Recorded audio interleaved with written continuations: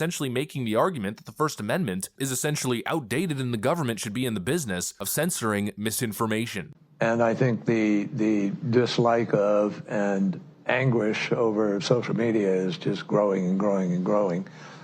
And it's part of our problem, particularly in democracies, in terms of building consensus around any issue. It's really hard to govern today. You can't, there's no, the referees we used to have to determine what's a fact and what isn't a fact have kind of, been eviscerated to a certain degree. And people go, and that people self-select where they go for their news or for their information.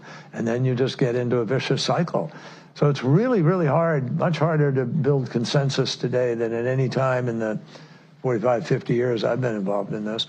And there's a lot of discussion now about how you curb those entities in order to guarantee that you're going to have, some accountability on facts, et cetera.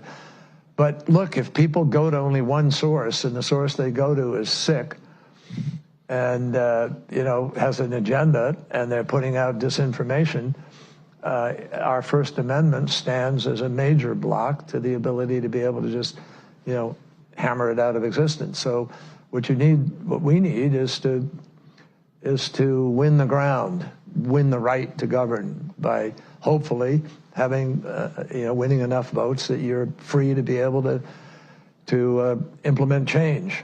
Now, obviously, there are some people in our country who are prepared to implement change in other ways, and so that's really questioning dangerous. Really if democracy can survive unregulated social media. I think democracies are very challenged right now and have not proven they can move fast enough or big enough to deal with the challenges that we are facing.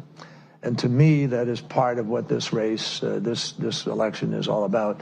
Will we break the fever in the United States? I mean, come on.